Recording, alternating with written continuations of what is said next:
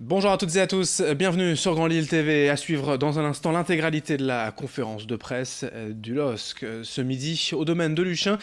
Au lendemain de la reprise de l'entraînement après plusieurs semaines de congé, place à l'entraîneur Christophe Galtier, au président Gérard Lopez. La conférence de presse du LOSC en intégralité à suivre sur Grand Lille TV. Bienvenue à Luchin pour cette conférence. Donc on voulait prendre l'opportunité, en fait qu'on a une journée avec nos employés aujourd'hui et que je suis là, Christophe est là, et que l'équipe est là. On voulait prendre cette opportunité en fait pour répondre à des questions. On va commencer directement. Donc qui est-ce qui se lance? La porte derrière, s'il vous plaît. Merci. Bon, c'était facile, merci. Alors, allez-y. D'accord. C'est une nouvelle saison qui commence. La saison passée, au début de la saison, je me rappelle qu'on se rappelle tous que vous étiez quand même sur la saison qui se présentait optimiste. Alors, dans quel état d'esprit êtes-vous aujourd'hui? Alors, si vous me dites optimiste toujours, je vais vous demander, qu'est-ce qui vous rend optimiste après ce que vous avez connu? Alors d'abord, je vous répondrai autrement. Je vous dirais, est-ce que vous connaissez un président et un entraîneur qui n'est pas optimiste avant une nouvelle saison? Donc déjà, à partir de là, mais au-delà de cette boutade, ce qui nous rend optimiste, et c'est pas moi qui ai dit, c'est vous qui avez dit que j'étais optimiste. Donc oui, je vous le confirme, effectivement, on est optimiste.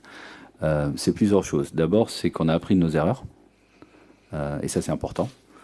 On a fait des corrections, on a ajusté certaines choses, on a gagné de l'expérience, pas que les joueurs, aussi la direction et les personnes au sein du club. On sait qu'on est dans une situation qui est positive par rapport à tout ce qui avait été dit, puisqu'on a passé tout ce qu'on avait dit, on a bien fait notre boulot. Et maintenant, ce qu'on va rechercher cette année, c'est de la stabilité, du renforcement dans le cadre de l'équipe, et effectivement de travailler avec plus de connaissances, plus d'expérience et plus de... Donc à partir de là, nous en tout cas, ce dont on n'a pas douté, c'est qu'on avait du talent. Par contre, est-ce que ce talent-là a été capable d'avoir les résultats qu'on pouvait espérer? Non, pas du tout. Et c'est quand je parle de correction, c'est ça. C'est en fait d'entourer ce talent de façon à ce qu'il puisse s'exprimer, d'avoir plus de stabilité aussi sur le terrain. Donc voilà, à partir de là, si on refaisait exactement les mêmes choses qu'on a fait l'année passée, peut-être qu'on aurait les mêmes résultats. Donc on fait en sorte que ce ne soit pas le cas, tout en sachant qu'on va aussi quand même construire sur des éléments qui étaient positifs, même si peut-être ils n'ont pas été vus par tout le monde. Et un des éléments importants, c'est le fait qu'on avait de la qualité au niveau des joueurs. Comme vous avez, si j'ai bien compris, comme vous ne changez pas le système économique, vous êtes sûr de votre système, il va falloir, vous serez obligé d'avoir des résultats, des résultats meilleurs que ceux de la saison passée. Mais le système économique dont vous parlez, moi je le connais en tant qu'actionnaire, la direction le connaît, la DNCG le connaît, mais les journalistes ne le connaissent pas. Donc moi, tout ce que je lis, c'est des suppositions, c'est des choses qu'on ressort d'un contexte. Le fan qui s'intéresse au foot s'intéresse peu ou pas à ça. Donc si j'avais écouté et si tout s'était passé comme ça a été dit cette année, je ne sais pas où en serait le LOSC aujourd'hui. Pourtant, voilà, là on va prendre des joueurs, on va signer des joueurs, etc. Donc non, moi j'ai pas. Notre système, il est basé sur des résultats comme n'importe quel autre club de foot. Notre système nous permettait de descendre en Ligue 2, chose qu'on ne voulait pas, mais effectivement, le LOSC pouvait descendre en Ligue 2. C'était envisageable, je l'avais dit. Donc moi, quand on parle de système économique et qu'on ressort des choses de son contexte, déjà, ça serait bien d'avoir des preuves. Parce que je comprends toujours pas. Donc, pour en revenir, et je ne veux pas me justifier à chaque fois parce que c'est assez pénible, chaque fois qu'on a dit quelque chose, on l'a fait. On s'est pas trop occupé de ce qui pouvait être, écrit ou dit ou autrement. Donc aujourd'hui, le système n'est pas... Par exemple, on n'a pas besoin de vendre des joueurs pour acheter des joueurs. Alors que c'est tout l'inverse de ce que j'ai pu lire. Donc le système aujourd'hui, il est clair, c'est qu'il faut que le club soit à l'équilibre, comme ça devrait être le cas pour n'importe quel club. Et la seule chose que je dis, c'est qu'un club aujourd'hui a des revenus parce qu'un club a des sponsors, à la ticketerie, à la billetterie, à des choses comme ça, mais un club doit aussi avoir des revenus avec la vente des joueurs. Mais elle ne doit pas être exagérée, elle ne doit pas déstabiliser l'équipe, etc. Donc voilà, il y a des choses qui sont dites qui ne sont pas du tout dites ou faites par le club. Jusqu'à preuve du contraire, moi je ne l'ai pas vu. Donc voilà. Non, mais je n'ai pas dit que la vente des joueurs c'est bien, mais pour ça, pour que ça marche vraiment, il faut avoir des meilleurs résultats que vous aviez eu. Mais il faut avoir des meilleurs résultats de toute façon. C'est pas pour que ça marche, le modèle économique marche, c'est parce que c'est un club de foot. Et par définition, pour avoir des supporters, il faut avoir des bons résultats. Donc c'est ce que vous dites, vous avez raison, mais vous avez raison sur une palette beaucoup plus large. C'est qu'un club de foot se doit d'avoir des résultats. C'est un peu comme la première partie. Est-ce que vous êtes optimiste? Oui, mais est-ce qu'un club de foot doit avoir des bons résultats? Oui. Donc voilà, merci. Bonjour Président. Bonjour. Ça rejoint un petit peu ma question, mais quels sont les véritables moyens du LOSC pour cet été? Est-ce qu'on peut le quantifier? Est-ce que le LOSC pourra dépenser des sommes importantes sur le mercato? Alors je ne vais pas donner de chiffres exacts parce qu'on ne le fait jamais, mais on en parlait juste avant d'ailleurs, si on prend le tableau des dépenses des clubs en Ligue 1 de l'année passée, je pense qu'on sera, alors j'en sais pas ce que feront les autres clubs cette année, mais on serait dans le top 5 en termes d'investissement. Donc ça vous donne une idée d'enveloppe. Bonjour messieurs, on va continuer à parler mercato du coup. Christophe, est-ce qu'il y a des joueurs sur lesquels vous ne comptez plus du tout et qui sont d'ores et déjà sur le marché des transferts? Et est-ce qu'il y a des pistes qui sont très très chaudes au point que vous puissiez nous les annoncer aujourd'hui? J'ai pas l'habitude de reprendre les saisons avec l'effectif qui est en place actuellement. Tout est possible. Il y a des joueurs qui ont pu être pas très performants la saison dernière, mais qui peuvent se révéler la saison d'après. C'est une nouvelle saison, c'est une page blanche qui est devant nous. Et quand on est à la reprise, il n'y aura déjà, pour anticiper toute question, il n'y aura pas de loft. Il y aura tout le monde. Tout le monde sera, et là on est en accord total avec le président, tout le monde aura la possibilité, la capacité de s'entraîner avec le groupe. Et après, en fonction de aussi les souhaits des joueurs, il y a des joueurs qui ont peu joué la saison dernière, qui ont moins joué sur la fin, qui vont peut-être demander d'avoir du temps de jeu ailleurs. Et là, évidemment que j'échangerai avec eux et puis après on verra avec la direction quel chemin prendre. Mais en aucun cas, et j'ai pu le dire aussi pendant mes vacances, parce que même si on pense qu'on est en vacances, un entraîneur a très très peu de vacances, encore moins quand on sort d'une saison comme la nôtre. Et j'ai pu lire donc comme quoi j'aurais fait une liste que j'aurais donnée à la direction, à Luis Campos et au président. C'est faux. J'ai pas fait de liste. À la reprise, tout le monde est là. Il y a quelques absents avec autorisation, mais tout le monde est là et tout le monde s'entraînera normalement et on verra au fur et à mesure de la préparation, au fur et à mesure des mouvements qu'il va y avoir au niveau du mercato, voir comment l'effectif va être modifié. L'objectif, notre objectif, l'objectif du président, c'est d'améliorer l'effectif.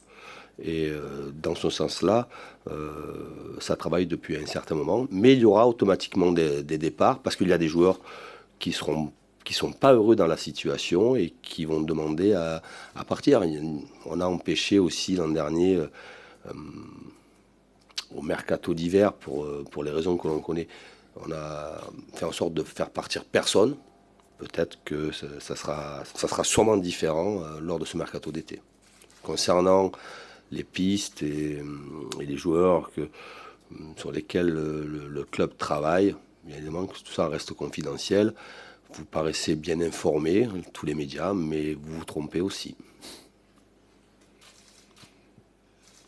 Bonjour, ici. Vous parliez de correction et d'ajustement par rapport à la saison dernière. Juste avant la conférence, on nous a annoncé un nouveau staff technique avec un préparateur physique, entraîneur gardien. Est-ce que cela signifie que Vous estimez qu'il y a eu des soucis sur la préparation physique aussi l'année dernière. Est-ce que le fait qu'il y ait des joueurs comme Amadou, Soumaoro, Malcuit par exemple, qui ont fait régulièrement des rechutes, veut dire que ça peut être un domaine où il fallait travailler et changer des choses? Oui, je dirais que les ajustements au niveau du staff technique et aussi éventuellement d'autres ajustements au niveau du club proviennent du fait qu'effectivement on a eu, nous, une vue qu'il fallait changer certaines choses. Alors une des choses dont qu'on voulait certainement pas changer, c'était l'entraîneur, et dont le staff technique, il y a aujourd'hui Christophe, il y a Thierry Olexia qui était déjà là l'année passée, et il y a Joao Sacramento. Donc je veux dire, il y a quand même la partie, le cœur du staff reste le même. Puis autour de ça, effectivement, on a décidé de faire des changements. Et donc là, il y a 4 personnes qui arrivent. Donc il y a, pour ce qui est de la préparation physique, il y a Pedro Gomez qui arrive, qui était à Albacete à Carthagène, qui est un diplômé très en vue sur certains championnats en fait en termes de préparation physique, donc il va effectivement reprendre ça. Il y a en termes de récupération physique, il y a Eduardo Parra qui a été entre autres à Naples, au Real de Madrid, à Liverpool, etc. Donc qui nous rejoint, qui a un gros CV en fait dans ce domaine-là. Il y a Nuno Santos qui a travaillé, ce qui est marrant, qui a travaillé comme gardien de but sous Mourinho dans sa première équipe au Portugal, qui après a été en championnat d'Angleterre et au Portugal en tant que gardien de but à Benfica et à Leeds, donc qui reprend les gardiens de but. Et puis il y a dans la médecine Patrick Flamand qui vient de Monaco. Donc effectivement, oui, on a voulu avoir une cellule technique renforcée. Donc on ne pouvait pas avoir 12 personnes, garder tous ceux qui avaient et pas les remplacer. Donc on a décidé de remplacer. Et c'est vrai que c'est une décision qui a été prise par le club. Mais c'est vrai aussi que je me suis assis avec Christophe pour en parler. Et c'est quelque chose que je lui ai proposé. Voilà. Donc, mais les choix clairement ont été pris par la direction dans l'idée de renforcer, effectivement, de peut-être avoir là aussi un plus. Bonjour. Selon les comptes des clubs publiés par la DNCG, il y a 2 mois, je crois, à l'issue de la saison 2016-2017, la dette financière du club était de 111 millions d'euros, à peu près, 113. C'est la plus grosse dette financière des 20 clubs de Ligue 1. Comment est-ce que vous l'avez résorbée? Et sinon, comment avez-vous fait pour convaincre la DNCG? Est-ce que vous avez procédé à des emprunts auprès de fonds d'investissement qu'on a pu le lire? Comment avez-vous fait finalement? Alors, j'ai donné une réponse avant, je vais être encore plus direct avec vous. Il a baissé mon salaire. J'ai rabaissé le salaire de Christophe, donc tout le contraire de ce qui a été écrit. Et avec ça, on a solutionné ça. Bon, je vais me répéter pour la dernière fois sur ce sujet. Je vous assure qu'on n'en reparlera plus. En tout cas, moi, j'en reparlerai plus. Moi, je n'ai pas vocation à parler avec des gens en dehors du club ou en dehors de la DNCG des finances du club. Quand on passe la DNCG, la façon dont nous on l'a passé, c'est-à-dire en ayant une réunion de préparation avec des demandes précises auxquelles on a répondu à toutes les demandes, et demandes qui étaient, à mon avis, je ne connais pas les demandes faites à d'autres clubs, mais qui étaient assez fortes et assez poussées. C'est qu'on a répondu non seulement aux questions de la dette, mais aussi à d'autres questions. Donc à partir de là, moi j'ai ni vocation, ni envie, ni besoin de partager avec qui que ce soit la façon dont on est organisé, simplement sur quelques points. Et comme je dis, ça sera la dernière fois, et après vous devrez demander à quelqu'un d'autre, parce que ça sera certainement pas moi qui vous répondrai. Pour revenir à quelques points qui ont été énoncés, dont j'ai vu hier en fait un article, c'est la première chose, la dette est contrôlée. Alors j'ai vu, on parle d'Elliott, etc. La dette est contrôlée par une holding dont je suis le propriétaire. Et cette holding-là décide de ce qui se passe avec la dette. Donc si vous avez lu dans des articles que le taux d'intérêt, et je vais être très spécifique, était de 1%, c'est parce qu'effectivement le taux d'intérêt était de 1%, puisque c'est ce que j'ai voulu charger au club. Donc c'est ma société qui contrôle cette dette. Deuxième chose, on a lu aussi qu'il y avait la possibilité pour Elliott de reprendre le club par une clause de conversion, etc. Bon, là-dessus, c'est faux aussi, puisque ça a été sorti du contexte, et tout simplement parce qu'on s'attend à un moment donné qu'il y ait éventuellement un nouveau partenaire qui entre, et donc on a laissé une porte ouverte à ça. Et à partir de là, et dernier point, peut-être aussi très important, puisque c'est aussi un point qui est soulevé, c'est la gestion du club, elle est complètement au sein du club. C'est-à-dire que le club achète, vend, prend des décisions comme il le veut. Bien sûr, en tenant compte d'un budget qu'on se fixe nous-mêmes, et d'ailleurs qui est le budget qui a été présenté à la DNCG et qui est le budget qui a été accepté par la DNCG. Donc quand on a parlé d'encadrement de la masse salariale, etc., c'était en fait un encadrement d'un budget que nous on a présenté, c'est-à-dire c'était avec les chiffres qu'on voulait investir, et donc pour revenir à la question avant, avec un chiffre assez important d'investissement. Donc à partir de là, et comme on a pu répondre à toutes les demandes en termes de garantie, en termes de cash, etc., à la DNCG, et je vous dis, c'est, à mon avis, c'est les demandes qui ont été faites, qui sont assez exceptionnelles de par leur taille, mais qui ont été acceptées et auxquelles on a répondu. À partir de là, moi, je n'ai plus besoin de revenir sur ce sujet. Donc là, je vous ai donné les réponses telles qu'elles sont.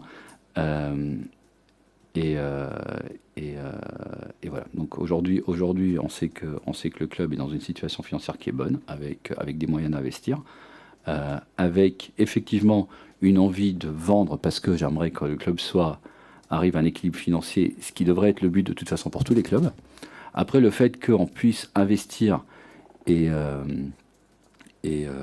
qu'on puisse faire en sorte qu'on ait à un moment donné un cercle vertueux, c'est-à-dire qu'effectivement les résultats plus quelques autres éléments nous ramènent dans une optique qui est que le club est pérenne tous les ans sans devoir injecter de l'argent, bah, ça c'est l'objectif. Donc voilà, il y a pas. Donc comme ça, j'ai répondu à ce qu'il fallait dire, et je vous assure que toute autre chose a été sortie de son contexte, et particulièrement cet article que j'ai pu voir hier en fait, qui reprenait des éléments qui étaient soit faux, soit carrément détournés. Et je ferai un dernier point sur les sujets financiers, puisque Christophe a parlé de son salaire. Bon, il l'a dit, j'ai eu l'impression que c'était encore pas compris, donc moi je le dirais. Christophe est dans un contrat qui court, donc on n'a jamais discuté de ce contrat-là, ni pour l'arrêter, ni pour quoi que ce soit. Effectivement, il se peut qu'à un moment donné on s'assoie assez rapidement pour parler du futur, mais en aucun cas il a demandé, une augmentation de salaire. Bon, puisqu'il n'a pas demandé, en aucun cas il a reçu. Ça c'est. Ça aurait été exceptionnel, ça. Ça c'est sûr et certain aussi. Et je tiens aussi à dire autre chose, c'est que il a été dit qu'il y a des primes qui ont été payées pour le maintien, c'est vrai. Et la seule personne qui n'en a pas reçu, c'est Christophe. Donc voilà, comme ça c'est clair et net là-dessus. Merci de le préciser. Et il y aura plus de questions. Voilà. Ah, avant de poser ma question, je vais revenir à ce que vous dites par rapport aux journalistes. Moins vous en dites, plus le journaliste va chercher. Oui. Et moi, je vous rassure, je suis le journaliste qui cherche le moins. Non, alors, moi, je vais vous dire, non, mais alors, ça, j'apprécie. Alors, je vais vous dire, moi, j'ai pas eu. Alors, moi, ce qui me gêne, c'est la chose suivante, c'est que moi, j'ai pas eu l'occasion, en tout cas pas dans ces conférences de presse, peut-être dans ma vie par ailleurs, mais j'ai pas eu l'occasion d'avoir des journalistes du Financial Times ou du Monde ou du Wall Street Journal, etc., venir me poser des questions sur des finances. Par contre, effectivement, ce qui me pose un gros problème, c'est les journalistes sportifs, soi-disant sportifs en tout cas, qui posent des questions sur les finances, mais qui après, en fait, ne comprenant pas ce qu'on vient de leur dire, ou peut-être ne comprenant tout simplement pas la finance, commencent à détourner les choses. C'est ça qui me pose un problème. Si en face, j'ai quelqu'un qui peut comprendre ce qu'il est en train de regarder et les réponses qu'on va lui donner, ça ne me pose absolument aucun problème. Mais si en face, j'ai quelqu'un, plusieurs, peu importe, que ce soit moi ou l'institution, le club, si on a en face des personnes qui vont soit détourner, soit mal comprendre, soit carrément même pas écouter ce qu'on peut leur dire, c'est là que j'ai un problème. Donc moi c'est pas voilà, moi si j'ai pas envie de répondre à un truc, je réponds pas, mais si je réponds, c'est parce que effectivement j'ai une réponse à donner. Après, ce qu'on fait de cette réponse-là, moi j'ai pas besoin je le contrôle pas. Et effectivement, je suis arrivé à un point où c'est même pas frustrant, c'est à la limite c'est une perte de temps de devoir expliquer des choses, surtout quand je dis quand elles sont pas comprises ou à la limite qu'on n'a même pas envie de les comprendre. Donc à partir de là, effectivement, j'ai répondu à cette question même de façon plus complète parce que j'ai donné un peu plus d'infos. Mais c'est tout. C'est un club de foot. C'est pas une banque. C'est pas et voilà. À partir de maintenant, pour nous, ça sera le sportif. Après, le fait qu'il y ait des suppositions, des écrits, etc. C'est bon. À la limite, c'est plus notre problème. Nous, on va se focaliser sur ce qui est le plus important. Effectivement, c'est qu'on ait des résultats. Et j'apprécie que vous cherchiez pas trop. C'est sympa de. entendre cela. Alors, on va revenir à la question foot, là. Ouais, j'en prie. Par rapport à ce que Christophe venait de dire, on a compris qu'il y a des joueurs qui allaient sans doute partir, Ouais. mais ça veut dire aussi qu'il y en a qui vont rester, et peut-être beaucoup. Ouais. Alors, est-ce que l'année passée, on a dit sans arrêt que vos joueurs avaient du talent, mais qu'ils étaient très jeunes, manque d'expérience, il fallait leur laisser un peu de temps. Est-ce que un an de plus, ça peut les changer beaucoup? Est-ce qu'on peut trouver les mêmes joueurs avec une meilleure qualité? Alors, je laisserai Christophe répondre parce que c'est quand même lui qui est le patron de l'équipe. Par contre, moi, je vous dirais une chose, c'est que, en tant que président, là, une année comme celle qu'on vient de vivre, c'est pas une année calendrier normale, c'est pas une année d'expérience normale. Que ce soit en tant que président, que ce soit en tant que staff technique, que ce soit en tant qu'équipe. Moi, je peux vous dire que les joueurs que moi j'ai eus et que j'ai vus en fin de saison, si on met de côté le match de vacances de Saint-Étienne, c'était plus les mêmes joueurs qu'on a pu avoir courant de saison. Certainement pas. Alors on va pas donner des détails sur la vie de vestiaire, mais je peux vous assurer qu'il y a des joueurs qui ont grandi énormément sur cette saison. Est-ce qu'une année c'est suffisant?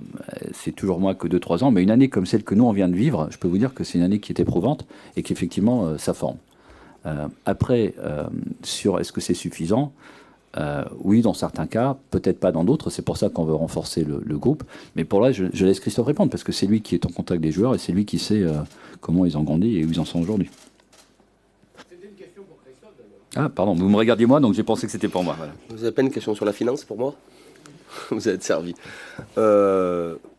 Oui, cette année aura servi. De toute façon, toutes les années qui passent, c'est une année avec de l'expérience en plus. Si on imagine 10 ans de carrière, quand vous avez fait un an, vous avez déjà 10% d'expérience en plus.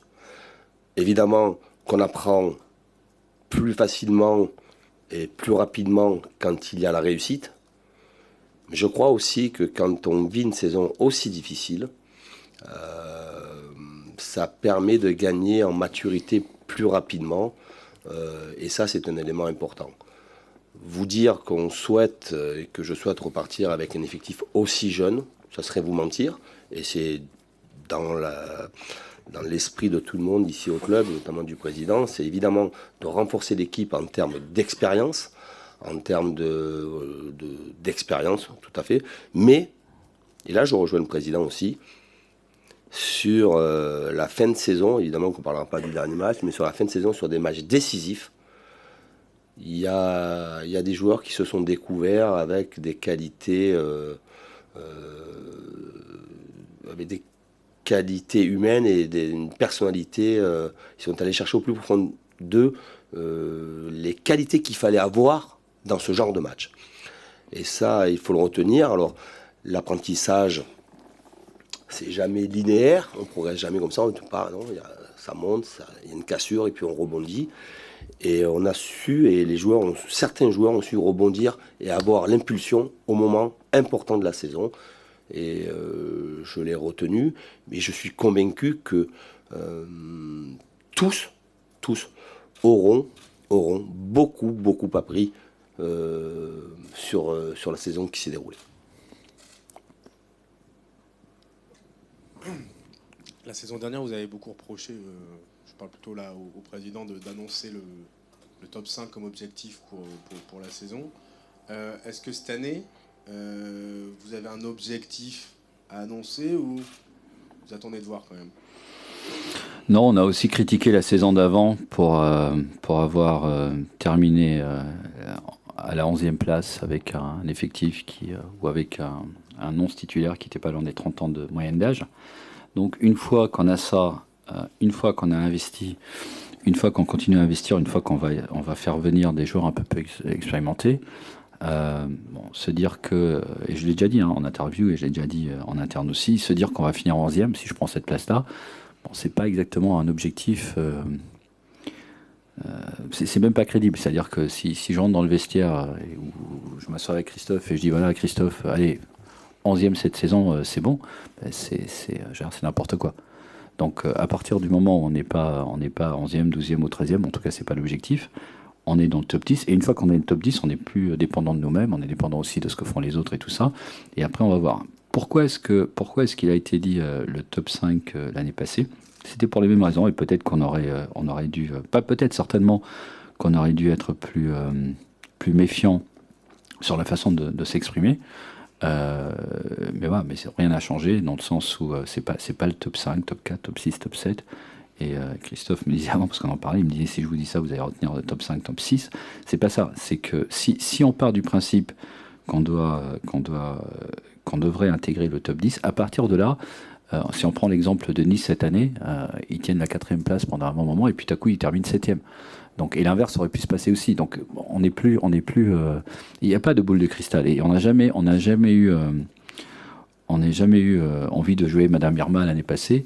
Mais effectivement, on a peut-être mal communiqué ou on s'est mal exprimé. Ça, c'est notre faute.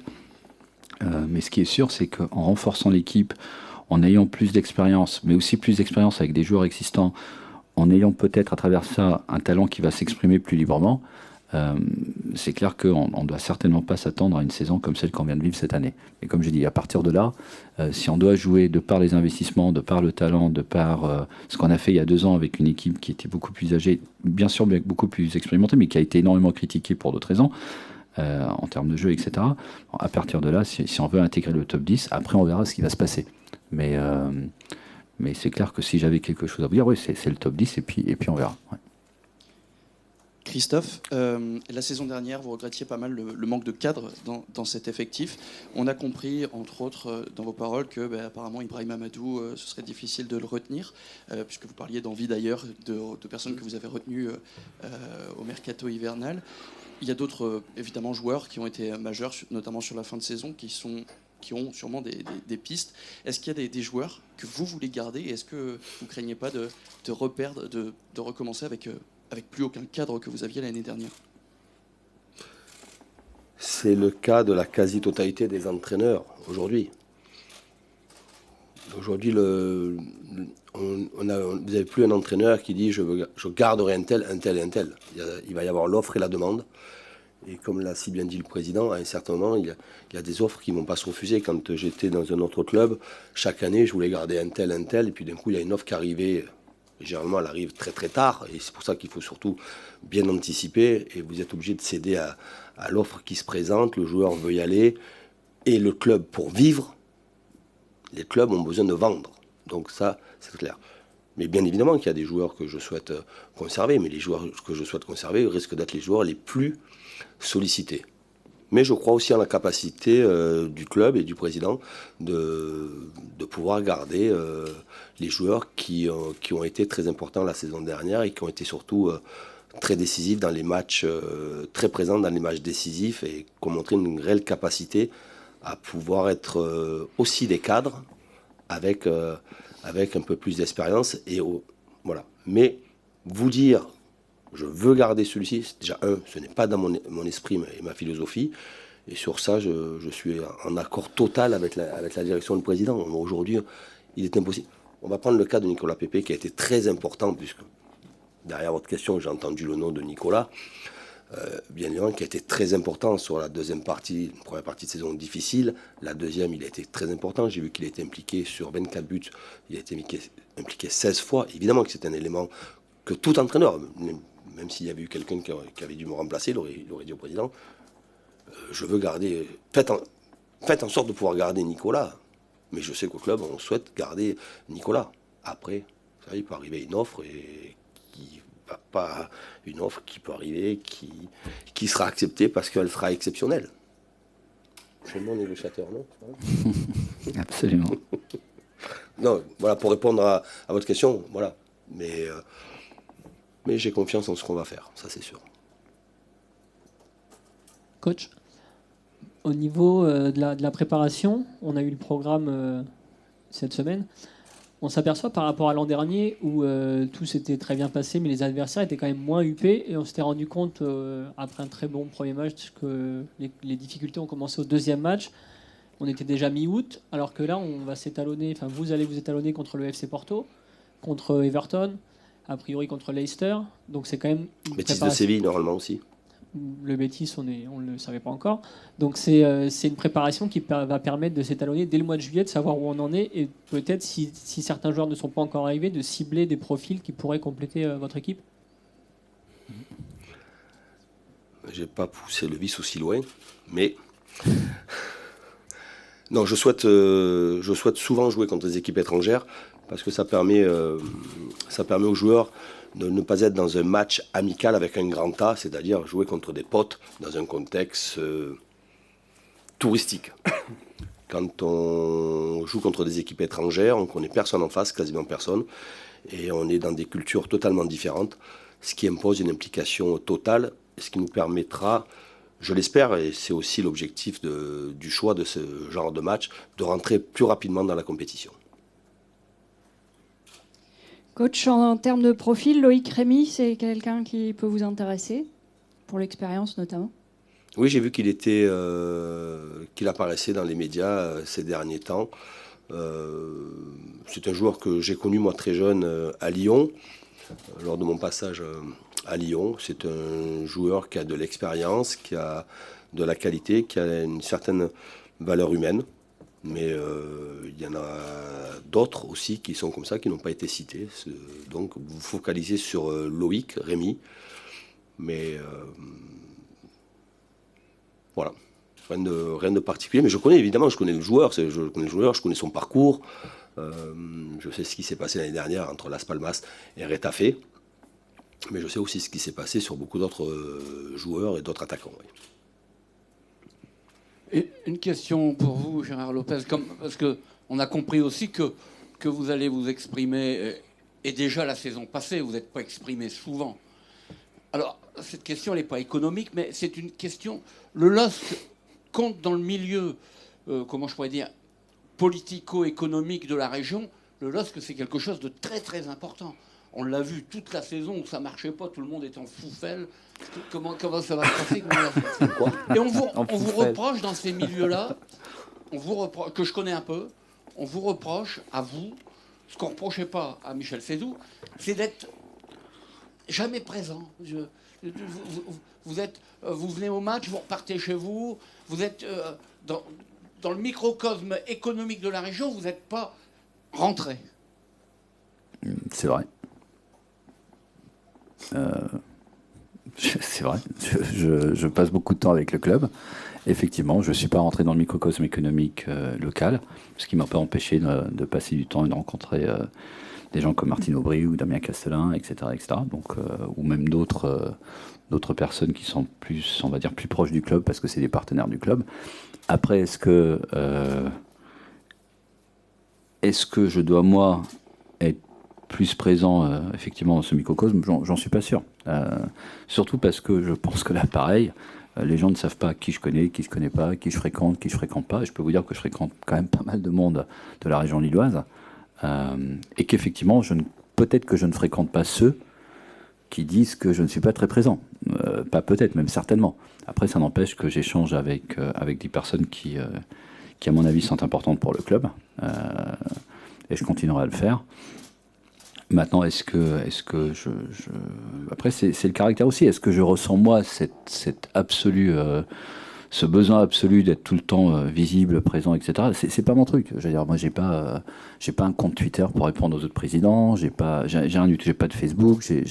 J'ai pas ce besoin. C'est après. On peut effectivement critiquer mon caractère, ce qui me pose pas un problème, c'est le mien, donc je l'assume. Mais ça n'empêche pas que j'échange beaucoup avec des personnes qui elles sont importantes pour le club, qui sont de la région lilloise. J'échange aussi beaucoup avec des amis que j'ai sur place, avec des gens de certaines familles quand même assez reconnus sur la région. Mais voilà, j'en fais pas la une des journaux, je le dis pas, eux le disent pas non plus. Et puis le fait qu'il y ait peut-être de la frustration par d'autres personnes, bon, je sais pas si c'est compréhensible. En tout cas, pour moi, c'est vrai que ça peut être le cas. S'il y a une chose que j'ai décidé avec les gens du club, avec Marc Ingla, avec le coach aussi, avec Aurélien, etc., c'est peut-être de m'exprimer plus souvent. Et là, pareil, j'en sentais pas le besoin parce que j'ai pas. Si je pouvais aller voir les matchs en tribune non officielle, je le ferais. parce que j'adore le foot et parce que pour moi le fait d'être président d'un club de foot est un privilège, avec des responsabilités bien sûr, et d'ailleurs certainement économiques pour en revenir à ce qu'on a parlé. Mais pour moi c'est pas quelque chose qui fait automatiquement de moi une personnalité qui doit se montrer ou qui doit utiliser ça pour être sur une estrade ou un truc du genre. Je dis, je sais que dans le monde dans lequel on vit aujourd'hui, c'est très critiquable, parce que on vit dans un monde hyper connecté, hyper transparent, hyper médiatisé aussi, et que peut-être je fais pas l'affaire de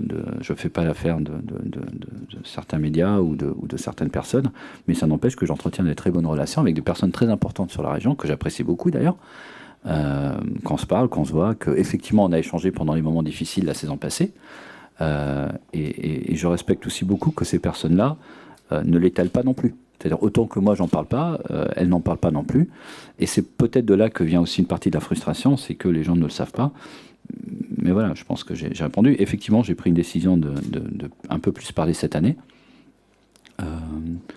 Et je l'ai prise pas par un besoin particulier que j'aurais, mais sans doute pour peut-être mieux défendre les intérêts du club et être plus présent visiblement, on va dire, pour le club, alors que je suis très très présent pour le club par ailleurs. Donc quelque chose comme par exemple le passage à la DNCG, ça ne s'est pas fait en 2 minutes 3 secondes. Il y a eu beaucoup de travail, et il y a eu beaucoup de travail de mon côté pour faire ça. Donc voilà, après j'ai dit, je vais peut-être changer un peu sur la communication, mais pour le reste, j'ai pas. On peut effectivement critiquer mon caractère par rapport au monde moderne dans lequel on vit. Après, c'est un choix. Ouais, mais j'assume. Mais le reste, j'assume. Il n'y a pas de souci. Merci. Président, vous avez décidé de changer le logo du club tout récemment. Donc, on a eu un communiqué pour l'expliquer, mais pourriez-vous nous expliquer, vous, avec vos mots, pourquoi ce changement? Est-ce que c'était une volonté de faire un peu table rase du passé ou de vous approprier un petit peu plus le club, de marquer votre attachement au club, mettre une petite touche personnelle? Non, mais c'est vrai qu'il y a une touche personnelle dans le logo, mais c'est pas ça. C'est pas comme si j'aimais pas on va dire le logo de Michel Sédou avant, donc c'est pas tellement ça. C'est d'ailleurs pour faire le lien avec la réponse que je viens de donner maintenant, même si moi je suis pas très présent et j'aurais peut-être vocation à être plus présent cette année. Bon, la communication d'un club aujourd'hui est très importante. Elle est importante en national, en international. Elle est importante sur les médias écrits, la télévision, etc. Mais elle est aussi de plus en plus importante, et peut-être la plus importante sur les médias digitaux. Et là, c'est vrai qu'il a fallu on a changé en fait parce il nous fallait avoir un logo qui soit un peu plus transposable, on va dire, à ces nouveaux médias. Par exemple, si je prends un exemple tout bête, mais en 3D, il était très compliqué de faire quelque chose avec le logo qu'il y avait avant, alors que celui-ci se prête très facilement en fait à une application 3D. Donc on a décidé de le faire en fait parce que c'est devenu nécessaire d'avoir quelque chose qui est plus facilement transposable en fait, on va dire, sur d'autres médias. Après, est-ce qu'il y a une note perso? Oui, il y a une note perso parce que je serais un mauvais président si je m'étais pas intéressé à quelque chose aussi, on va dire, à la limite sacré. Mais c'est vrai qu'on a fait en sorte que dans le logo on retrouve tout ce qui est important pour le LOSC et pour Lille, même d'en rajouter un petit peu avec la citadelle. Et donc à partir de là, voilà, c'est un logo qui nous plaît beaucoup. Mais l'être humain n'aime pas le changement, et moi le premier. Donc c'est clair que quand on fait quelque chose comme ça, quand on change si ça tenait qu'à une partie des supporters et même de gens autour de moi, peut-être que LOSC, j'aurais encore avec les maillots que j'ai pu voir de 1945-46, tout simplement parce que les gens n'aiment pas le changement. Voilà, c'est aussi simple que ça. Après, le changement a du bon, et dans ce cas-ci, le changement est vraiment très, très précis et très particulier. C'est qu'il est lié à une communication qui est de plus en plus online, qui est de plus en plus digitale, et donc il nous fallait un support qui soit plus facilement, on va dire, transposable à ces médias-là. Donc de là à choisir quelque chose qui est plus facile, on va dire, à travailler. Merci. Question pour Christophe. Comment tu te répartis les rôles avec Luis Campos au niveau du recrutement? Tu cibles des joueurs, il va aller chercher. Enfin, comment ça se passe? Avec Luis, on a évidemment échangé tout au long de la saison. Et notamment en fin de saison, on a fait le bilan. On a tiré aussi des conclusions sur sur l'équipe et sur les secteurs qu'il faudrait qu'on soit très renforcé. Évidemment, en tenant compte d'éventuels départs. Il m'a demandé des profils au poste. Il a travaillé tout au long de la saison avec son équipe de scouting. Évidemment ils ont vu, ils ont analysé ils ont vu beaucoup de matchs, ils ont analysé beaucoup de joueurs. Et sur les postes souhaités, et qu'il reste évidemment entre nous, entre la direction et moi-même, sur les postes souhaités, il me présente des profils, soit 2 profils, soit 3 profils, quelquefois jeunes, moins jeunes. Mais voilà, il me propose des profils sur des joueurs identifiés et suivis au moins sur une saison, même si je sais que certains, puisque là on est en permanence en échange, que certains sont suivis depuis quelques saisons par Louis. Parmi, vous expliquez, vous avez fait des changements. Parmi ceux-ci, il y a eu des entretiens la semaine dernière. Est-ce que vous pouvez nous confirmer le départ de Jean-Michel Vandamme et le fait que Fernando da Cruz prenne sa succession à la tête du centre de formation? Non, je ne peux pas vous confirmer que Fernando da Cruz prenne, parce que c'est pas encore fait, il y a discussion. Et pour ce qui est pour ce qui est de Jean-Michel, c'est vrai qu'on a eu des entretiens. Mais c'est pas une question qui date d'aujourd'hui ou de hier.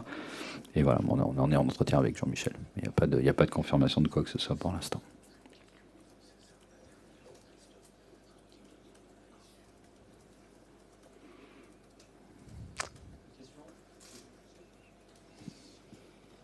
Président, comment vous avez pris les propos de Marcelo Bielsa qui a quelque peu égratigné le club et parlé de sa pire expérience professionnelle? Non, je ne pense pas qu'il a égratigné le club. Je pense qu'il a certainement pas dit la pire expérience professionnelle. Je pense qu'on m'a dit hier qu'il a dit que c'était la plus triste. Et c'est triste pour nous aussi. C'est quelque chose qui s'est fait avec énormément de bonne volonté, énormément de moyens, qui n'a pas marché. Après, après Marcelo a son avis sur la question, nous on a la nôtre. Voilà, je pense que là où on est d'accord, c'est que c'est triste, sans doute pour les deux parties. Je voudrais, Christophe, une question pour toi. Est-ce que tu peux nous donner, en tant que technicien, ton analyse sur le début de l'équipe de France en Coupe du Monde? On en profite. On profite. Ah, allez-y. Hein. Merci. Quand on sourit, on entend clac, clac, clac, clac, clac, clac. Hein. Déjà d'une, l'équipe de France a fini première de son groupe. Et quand on voit les surprises, la difficulté pour certaines nations de se qualifier, quand on voit les surprises, avec l'élimination de l'Allemagne pour les 8e de finale, on sait qu'on en parlait, on était ensemble hier soir avec le président, on en parlait, l'Italie pas qualifiée, les Pays-Bas pas qualifiés, il y aura l'Allemagne qui ne sera pas présente pour les 8e de finale. Donc c'est une compétition qui est toujours difficile. Certes, pour l'instant, l'équipe de France ne brille pas à travers le jeu, elle a des très bons résultats, mais par expérience, depuis que je suis de la Coupe du Monde, il y a 2 phases importantes. Il y a la phase de poule, avec la réalité de sortir de ces poules et essayer de finir premier pour avoir le meilleur tirage, le meilleur tableau possible. Mais personne n'allait imaginer que l'Argentine, finalement, allait finir second et qu'on allait rencontrer finalement l'Argentine en 8e de finale. Mais après, il y a la réalité de la compétition. Il va y avoir des matchs à élimination directe et je suis persuadé que l'équipe de France va être encore meilleure à partir des 8e de finale. Voilà. Il y a eu des matchs, il y a eu une très bonne première période contre le Pérou avec un retour à un système beaucoup plus classique qui correspond mieux à ce que faisait Didier ces derniers temps. Mais voilà, c'est difficile. C'est difficile aussi parce qu'il y a très peu d'écart maintenant entre les nations. Les grandes nations ont par vocation à avoir des grands joueurs. Les grands joueurs ont par vocation à jouer beaucoup de matchs et arrivent souvent fatigués lors de la compétition. Et c'est un peu le cas chez nous quand on voit Griezmann qui souffre un peu, qui sort pas très tôt, du moins qui sort et qui se finit pas les matchs. Mais je trouve que c'est très intelligent parce que ça va lui amener beaucoup de fraîcheur sur les matchs décisifs. Bonjour Christophe. J'ai bien compris que vous n'allez pas donner de nom, mais vous auriez besoin de combien de renforts en fait pour, en admettant, en sortant de l'équation les offres exceptionnelles qu'il faudrait peut-être remplacer pour renforcer ce groupe alors. Donc, tu m'entends pas? Non. On a ciblé, on a ciblé quand même qu'il nous fallait des joueurs d'expérience, et par définition, les joueurs d'expérience, c'est quand même la colonne vertébrale. Voilà. Ah, là, j'ai ouvert la porte à une autre question. Bah, à l'inverse, tu as raison, tu as ouvert la porte. Dans un monde idéal, combien de départs dans ton groupe? Parce qu'on peut penser que certains joueurs vont être sollicités, mais quelle est la fourchette?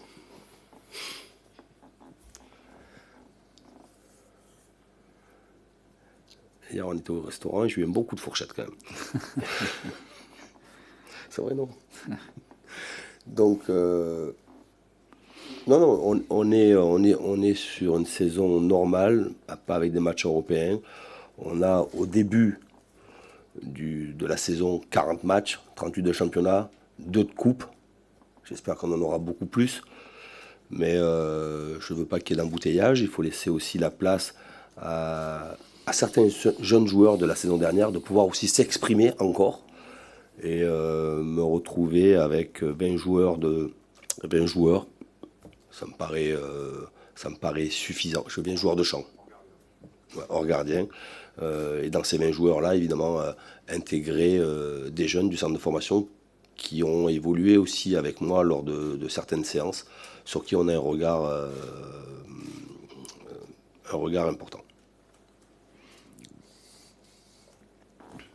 Je reviens à la colonne vertébrale. Il y a donc le gardien. Est-ce que si vous cherchez un gardien expérimenté, c'est pour venir un peu mettre une bonne concurrence à Mike, ou c'est parce que Mike est sur le départ et vous préparez une autre solution?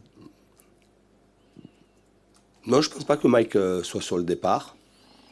Alors déjà, pour couper court à toute rumeur, je n'ai pas eu un échange avec Stéphane Ruffier. Je n'ai pas eu un échange avec son agent. Et en aucun cas, je solliciterai Stéphane Ruffier. Au moment que les choses soient très claires, parce que je vois partout Stéphane Ruffier. Même si je suis très proche et qu'on a vécu de grands moments ensemble, le football c'est comme ça, et que Stéphane Ruffier sera sûrement le gardien du... Ce qui est sûr, c'est qu'il ne sera pas le gardien du LOSC. Ça, c'est déjà sûr. Ensuite, évidemment qu'on ne peut pas être satisfait de la performance des gardiens la saison dernière, mais ils ont été aussi très souvent confrontés à beaucoup de largesse sur un plan défensif. Et que pour faire une bonne saison, il faut avoir... Pour faire une bonne saison, parce que je suis persuadé qu'on aura du talent et du potentiel, pour faire une bonne saison, il faut avoir une assise assez solide pour pouvoir mieux s'exprimer sur un plan offensif. Concernant Mike, je n'ai pas eu encore de discussion avec lui. Il est conscient de la saison, qui a été une saison éprouvante, mais pas que pour lui, pour d'autres joueurs aussi. Et que je souhaiterais qu'il ait à côté de lui un joueur avec beaucoup plus d'expérience et qui puisse lui permettre de grandir plus rapidement. Une question pour M. Lopez. Vous avez dit tout à l'heure, on n'est pas obligé de vendre pour acheter. Mais est-ce que vous devez quand même vendre pour une certaine somme pour faire vivre le club, voilà, comme beaucoup de clubs le font, mais on a entendu parler de 50-60 millions d'euros, c'est une réalité ou c'est trop... Non, pas dans le passage à la DNCG, c'est vrai qu'on a émis toutes les garanties nécessaires pour qu'à la limite, il n'y a pas de... C'est pour ça, c'est ce qui nous permet en fait de pouvoir acheter sans vendre. Après, c'est vrai qu'au niveau de la direction, on a décidé, mais je me répète, on a décidé à ce que il faut que le club soit financièrement pérenne, donc ça passera par des ventes. Et effectivement, on va vendre des joueurs. Déjà, rien que par le fait qu'il y a des joueurs qui... à mon avis, il y aura 2 types de ventes. Il y a des joueurs qui étaient peut-être déjà sur la partance, qu'on aura du mal à retenir maintenant. Et puis, il y aura éventuellement l'une ou l'autre offre aussi assez importante pour des joueurs sur lesquels, en sachant qu'on travaille sur... On travaille sur cette fameuse colonne vertébrale, mais on travaille aussi sur des départs éventuels, donc des des joueurs à recruter. Après, c'est vrai qu'on a pris une approche de peut-être recruter avant de vendre certains, pour pas prendre de risques. Donc financièrement, ça veut dire qu'on s'avance surtout sur les achats d'abord. Mais ça, c'est effectivement pour pas prendre des risques au cas ou certainement dans certains cas, au cas où il y a des joueurs qui partent et puis où il y a ces fameuses offres qui arrivent. Après, est-ce qu'on a des noms qui sont définis? Oui, dans certains cas, mais paradoxalement pas dans d'autres. C'est-à-dire que ce qu'a dit Christophe avant est vrai. C'est est-ce qu'un joueur comme Nicolas ou d'autres sont sollicités? Oui. Est-ce que le club a déjà décidé de les vendre? Non, pas du tout. D'ailleurs, c'est de ça qu'on discute, de voir un peu quelles sont un peu les formules à mettre en place pour qu'éventuellement un tel reste, un autre parte et tout. Mais comme je dis, il y aura des départs. C'est un club de foot et tout club de foot en fait ne vit pas simplement des transferts, mais tout club de foot a des transferts. Même les plus gros clubs au monde achètent, vendent. Il y a des joueurs qui partent, il y a des joueurs qui ont envie de partir, de découvrir autre chose. On a été cet hiver, on a été handicapé par la situation qui nous a empêché de mener à bien un recrutement et donc de vendre. C'est plus le cas. Donc voilà, je pense qu'il n'y a pas de surprise si on voit l'un ou l'autre joueur qui partira. Mais comme j'ai dit, après, sur les noms qu'on peut voir, bon, ils sont pas. C'est pas, vous verrez que c'est pas nécessairement ces joueurs-là qui doivent partir. Et sur le montant, c'est vrai qu'on a nous fixé un montant en interne. Qui est, bon, j'ai pas besoin de le divulguer, mais qui est ni le montant qu'on va pas, ni l'un, ni l'autre, ni quoi que ce soit. C'est un montant que nous on connaît et qui effectivement est le montant qu'on aimerait atteindre hors investissement. Donc en net, c'est beaucoup moins bien sûr, mais voilà, hors investissement, c'est vrai qu'on va atteindre un certain budget. Et puis pour ce qui est de l'investissement, je l'ai dit avant, je pense que s'il y a bon, après, si le mercato explose, voilà, bah c'est comme ça. Mais dans une année normale, ou même une année plutôt importante comme l'année passée, à mon avis, avec le mercato qu'on a mené, on aurait été, on serait dans le top 5 des. Mais bon, je ne sais pas cette année ce qu'ont prévu les autres clubs, quelles sont les ambitions, etc. Mais nous, on est dans notre ligne, on va dire. Non, je pense que l'année dernière, on avait le troisième plus gros montant. Je pense qu'on sera un peu en dessous. Après, voilà, après, s'il y a des ventes exceptionnelles et que donc il faut, on ajustera selon cela. Mais je pense qu'on sera en dessous de ce que, de mémoire. Hein, de mémoire, l'année passée, on était à 70 ou 75 millions. Donc on sera certainement en dessous de ça, mais toujours dans une enveloppe qui est quand même assez conséquente. Coach, quid des joueurs prêtés qui sont de retour? On a pu voir notamment que Sheka était de retour, que Sunzu était de retour, Eder également. Il n'est pas encore arrivé. Il n'est pas encore arrivé, mais il devrait. Il est convoqué, avec une raison très valable. Mais donc il devrait bientôt rentrer. Oui. Est-ce que vous comptez sur ces joueurs ou sur certains ou Je compte les intégrer évidemment dans les séances d'entraînement et on va voir au fur et à mesure de la préparation. On va aussi les écouter. Je vais aussi les écouter, savoir ce qu'ils souhaitent faire. Et à partir du moment qu'on aura des échanges, on trouvera la meilleure solution pour les uns pour les autres. Mais ils seront intégrés. Ils font partie de l'effectif. Ils sont intégrés aux séances d'entraînement et on verra au fur et à mesure de la préparation. Oui. Mais Eder était prévu qu'il soit là à la reprise pour des raisons familiales, sans gravité, mais pour des raisons familiales. Il aura un retard de 48 heures. D'autre part, donc hier, on a vu que c'était un peu les tests physiques médicaux. Quand avez-vous prévu vraiment de reprendre le travail spécifique sur le terrain? Vous êtes invité à assister à la première séance d'entraînement cet après-midi à 17h. D'accord. Et d'autre part, le stage à l'étranger, est-ce que c'est aussi pour faire une coupure un peu dans la préparation, pour sortir les joueurs du train-train habituel? Oui, je fais partie des entraîneurs qui aiment bien faire un stage. Dans ces stages-là, évidemment, pour sortir du contexte et rencontrer, justement, c'est pour ça que nous allons donc au Portugal pour rencontrer des équipes étrangères. C'est un stage où il y aura beaucoup de matchs, 4 matchs. Donc les joueurs n'auront pas le temps de s'ennuyer. Il y aura préparation des matchs, évidemment, les matchs et puis l'analyse des matchs et on travaillera quotidiennement. Mais je souhaitais avoir un stage et j'apprécie énormément qu'on puisse pouvoir se déplacer à l'extérieur. Voilà pour la conférence de presse du LOSC depuis Luchin. Merci d'avoir été avec nous. L'information continue dans un instant sur Grand Lille TV.